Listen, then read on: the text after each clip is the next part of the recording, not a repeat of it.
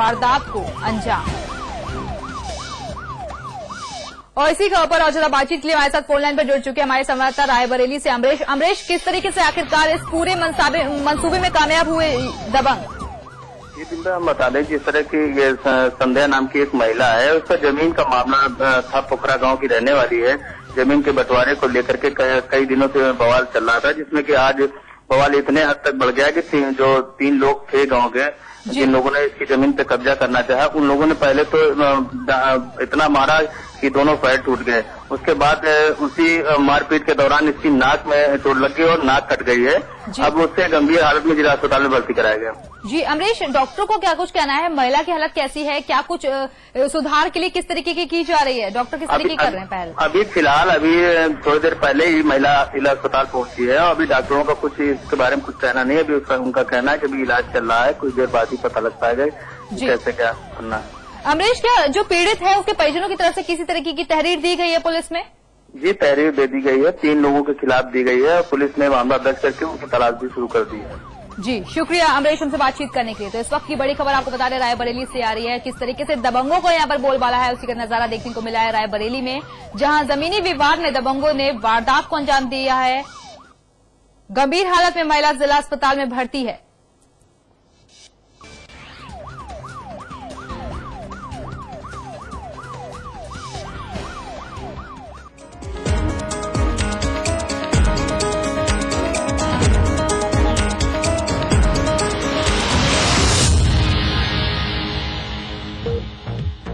Supreme court ने एक अहम फैसले में एसिड अटैक के पीड़ितों का मुआवजा बढ़ाकर 3 लाख रुपए कर दिया है।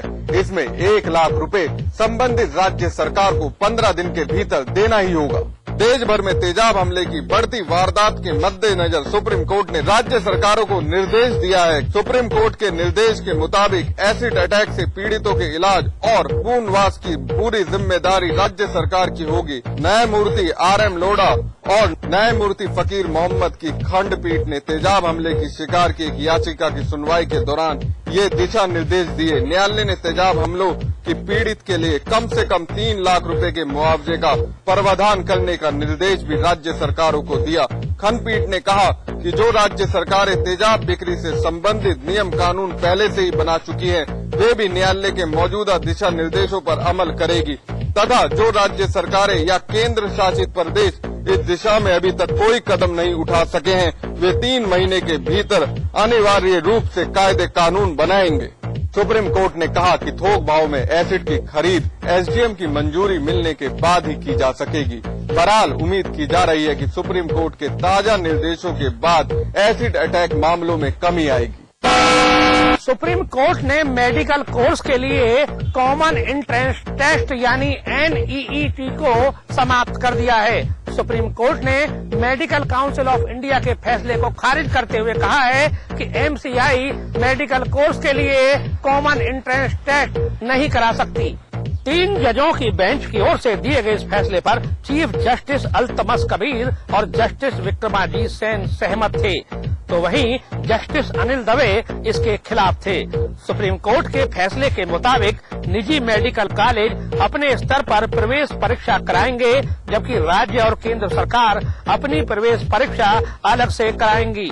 ये फैसला उन संस्थानों पर भी लागू होगा जिन्होंने मेडिकल कोर्स के लिए कोई प्रवेश परीक्षा नहीं करवाई है। इससे पहले मई में अपने अंतरिम आदेश में सुप्रीम कोर्ट ने MCI और निजी कॉलेजों को निर्देश दिया था कि वो पुराने दिशा निर्देशों के तहत प्रवेश प्रक्रिया शुरू करें। मेडिकल के क्षेत्र में अपना कैरियर बनाने वाले छात्रों का मानना है कि कॉमन एंट्रेंस टेस्ट से प्रवेश प्रक्रिया ज्यादा आसान और निष्पक्ष होगी। सुप्रीम कोर्ट ने अपने फैसले में कहा है कि भारतीय चिकित्सा परिषद यानी MCI की परीक्षा प्रणाली मेडिकल कॉलेजों में प्रवेश के लिए निजी कॉलेजों पर थोपी नहीं जा सकती। सुप्रीम कोर्ट के इस फैसले से निजी कॉलेजों को राहत मिली है। नरेंद्र मोदी बीजेपी के प्रचार अभियान के प्रमुख भले ही हो, लेकिन उन्होंने कई दिग्गज नेताओं को चुनावी टीम में बड़ी भूमिकाएं दे दी हैं। सूत्रों के हवाले से कहा जा रहा है कि मोदी के नीचे काम करने वाले 15 जोनल इलेक्शन पैनल के तहत राष्ट्रीय स्तर के नेताओं को बड़ी जिम्मेदारी सौंपी जा सकती है। खबरों के मुताबिक सुषमा स्वराज को पूर्वी जोन का जिम्मा सौंपा जा सकता है, जबकि अरुण जेटली को पश्चिमी जोन का जिम्मा दिया जाएगा। इसके अलावा वेंकैया नायडू को दक्षिण के राज्य और नितिन गडकरी को उत्तर भारत के राज्यों का जिम्मा दिया जाएगा। टीम के सदस्यों के नामों को लेकर नरेंद्र मोदी की संघ के मुखिया मोहन भागवत और पार्टी अध्यक्ष राजनाथ सिंह से चर्चा हो चुकी है। सूत्र बता रहे हैं कि वरिष्ठ नेता मुरली मनोहर जोशी बीजेपी के चुनावी घोषणा पत्र के प्रमुख होंगे। उनकी सहायता यशवंत सिन्हा और जसवंत सिंह कर सकते हैं। मुख्तार अब्बास नकवी की अध्यक्षता में पैनल चुनावी संचालन का ध्यान रखेगा। वो कार्यक्रम को लागू करना और तालमेल की कमेटी को देख रहे हैं। बीजेपी के कोषाध्यक्ष पीयूष गोयल संसाधन प्रबंध को भी देख रहे हैं। युवा सोशल मीडिया और प्रचार के लिए एक कमेटी बनाने की योजना है और इसके लिए आडवाणी की रजामंदी के बाद इसकी जल्द ही घोषणा कर दी जाएगी। उत्तर प्रदेश को योजना आयोग से वित्तीय वर्ष 2013-14 के लिए 69,200 करोड़ का पैकेज मिला है। ये पैसा 180 योजनाओं में खर्च किया जाएगा, जिसमें केंद्रीय योजनाओं के मद में ही 11,335 करोड़ रुपए खर्च होंगे। उत्तर प्रदेश के मुख्यमंत्री अखिलेश यादव और योजना आयोग के उपाध्यक्ष मोंटेक सिंह अहलूवालिया के बीच दिल्ली के योजना भवन में 1.5 घंटे लंबी बैठक चली। इस बैठक में केंद्रीय मंत्री राजीव शुक्ला ने भी भाग लिया। बैठक के बाद मोंटेक सिंह अहलूवालिया का बयान आया कि यूपी सरकार ने विकास कार्य अच्छा करके दिखाया है। कुंभ मेले का आयोजन बेहतरीन था। कृषि में प्रदेश का उत्पादन बढ़ा है और प्रदेश सरकार ने सामाजिक क्षेत्र में अच्छा खासा निवेश करके दिखाया है। अहलूवालिया के बाद मुख्यमंत्री अखिलेश यादव भी बोले कि कुंभ मेले के दौरान केंद्रीय सहायता से प्रदेश को अच्छा खासा फायदा पहुंचा। मेला का कार्यभार संभालने वाले आजम खान की भी तारीफ की गई और ये भी कहा गया कि सपा सरकार यूपी को आर्थिक और सामाजिक मोर्चों पर आगे बढ़ाएगी। इस धनराशि को केंद्रीय योजनाओं के साथ साथ सपा घोषणा पत्र का अमली जामा पहनाने में भी खर्च किया जाएगा। योजना आयोग से बैठक के बाद अखिलेश यादव ने विकास की तो चर्चा की, लेकिन सियासी बयान देने से बचते हुए नजर आए। खाद्य सुरक्षा बिल पर नहीं बोले मुख्यमंत्री और बलिया में हुई स्वास्थ्य सेवाओं की अनदेखी से भी पल्ला झाड़ दिया। लेकिन चुनावी साल है, लिहाजा पैसा चाहे केंद्रीय योजनाओं के हो, आगे समाजवादी पार्टी के घोषणा पत्र को भी रखा जाएगा। बिहार के छपरा में मिड डे मील खाने से 23 बच्चों की मौत के बाद हाहाकार मच गया। उत्तर प्रदेश में भी आनन फानन में हाई अलर्ट जारी कर दिया गया। सपा महासचिव राम गोपाल यादव ने तो मिड डे मील समेत केंद्र सरकार की 3 बड़ी योजनाओं को देश की बर्बादी का कारण तक बता डाला। मिड डे मील की योजना पर निशाना साधते हुए सपा महासचिव राम गोपाल यादव ने कहा कि मिड डे मील योजना, मनरेगा और बाल पुष्टाहार योजना, ये तीनों योजनाएं देश की बर्बादी का कारण बनेंगी और देश की आर्थिक स्थिति कमजोर कर देंगी। आपको बता दें कि राम गोपाल यादव शिकोहाबाद में फिरोजाबाद से लोकसभा प्रत्याशी और अपने बेटे अक्षय यादव के कार्यालय का उद्घाटन करने पहुंचे थे। अखिलेश कैबिनेट का हुआ तीसरा विस्तार। कयासों के दौर खूब चले, लेकिन विस्तार पर साफ छाया दिखाई दी सपा सुप्रीमो मुलायम सिंह यादव की। विस्तार से ये भी साफ हो गया कि समाजवादी पार्टी लोकसभा को लेकर फिक्रमंद है और अब Samajwadi Party back to basic यानी पिछड़े वोटों को लेकर सारी जुगत भिड़ा रही है।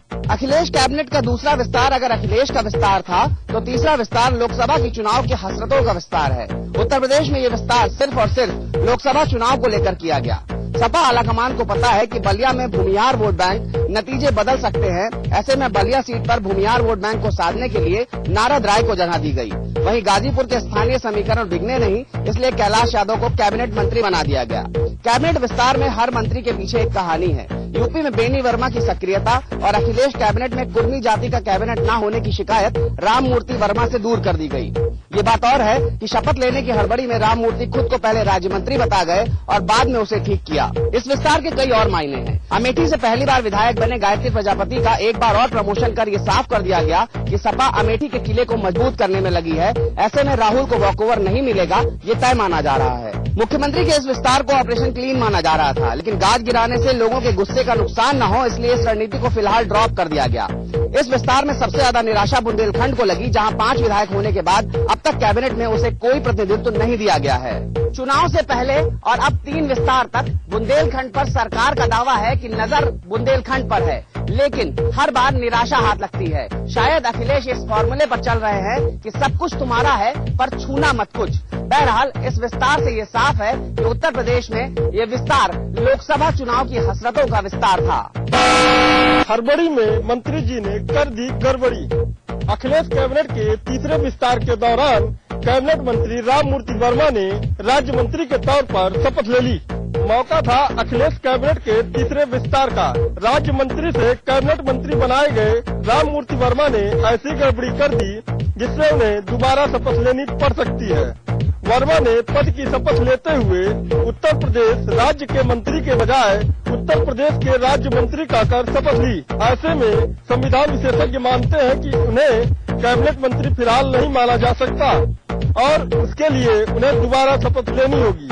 बताते चले, सबसे पहले यह खबर समाचार प्लस ने अपने दर्शकों को दिखाई थी। यह पहला मौका नहीं है जब अखिलेश सरकार के मंत्रियों ने शपथ लेने में गलती की हो। इससे पहले कैबिनेट मंत्री आजम खान व राज्य मंत्री तेज नारायण पांडे ने गलत शपथ लेने की वजह से 2 बार उन्हें शपथ लेनी पड़ी थी।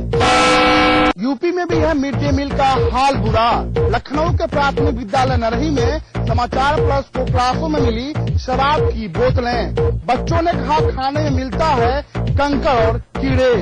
बिहार में घटिया मिड डे मील खाने से हुई मासूमों की मौत को लेकर अब भले ही हंगामा मचा हो, पर सच तो ये है कि उत्तर प्रदेश में भी तमाम जगहों पर इतना घटिया मिड डे मील परोसा जा रहा है कि यहाँ भी कभी भी हो सकता है बड़ा हादसा।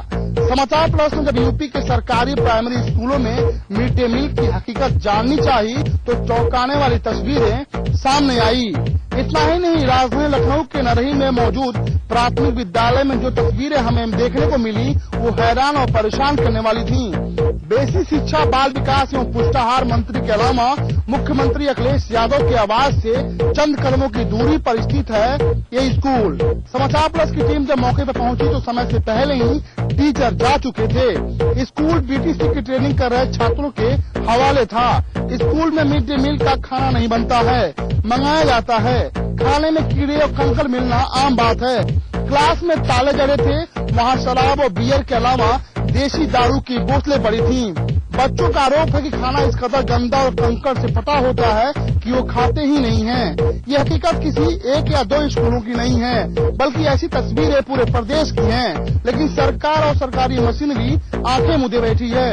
इतना ही नहीं, प्राथमिक विद्यालय में खराब खाने और शराब की बोतलों को लेकर जब हमने बेसिक शिक्षा मंत्री राम गोविंद चौधरी से सवाल किया तो मंत्री जी भी सख्ते में आ गए और कार्रवाई की बात कर रहे हैं। लेकिन जो भी तस्वीरें कैमरे में कैद हुई हैं वो बेसिक शिक्षा के ऊपर सवाल या निशान लगा रही हैं। बिहार में मिड डे मील खाने के बाद भी कई मासूम बच्चों की मौत के बाद अधिकारी हरकत में आ गए हैं। आज ग्रेटर नोएडा में अधिकारियों ने आकर कई एनजीओ का औचक निरीक्षण किया।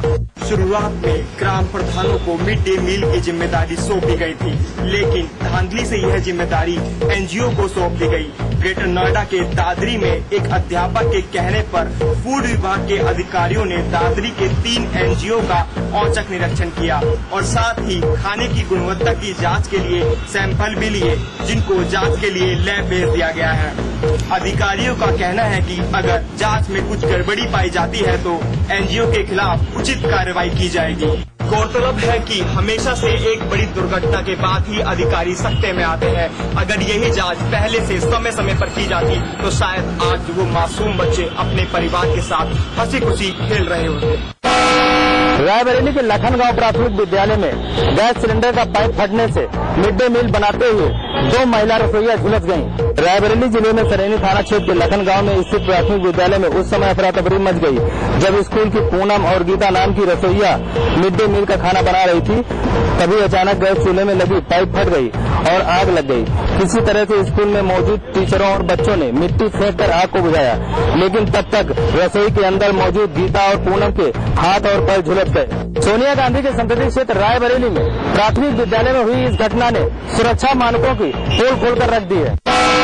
समाचार प्लस की खबर का हुआ एक बार फिर से बड़ा असर। निःशुल्क बटने किताबें जब पानी में भीग गई और ये खबर जब समाचार प्लस ने दिखाई तो मंत्री जी हरकत में आए और इन्होंने कड़ी कार्रवाई का आश्वासन दिया है। समाचार प्लस की खबर का बड़ा असर उस समय हुआ जब समाचार प्लस ने प्राथमिक विद्यालयों में बंटने आई किताबों पर संज्ञान लिया तो पाया कि कई जगह बच्चों को निःशुल्क दी जाने वाली ये किताबें बारिश में भीगकर खराब हो गई हैं। इस खबर पर संज्ञान लेते हुए बेसिक शिक्षा मंत्री राम गोविंद चौधरी ने कहा कि वो इस मामले की तुरंत जांच कराएंगे और दोषियों के खिलाफ कड़ी कार्रवाई करेंगे। ऐसे में मंत्री जी ने ये भी साफ कर दिया है कि इस मामले में दोषी अफसर बख्शे नहीं जाएंगे ताकि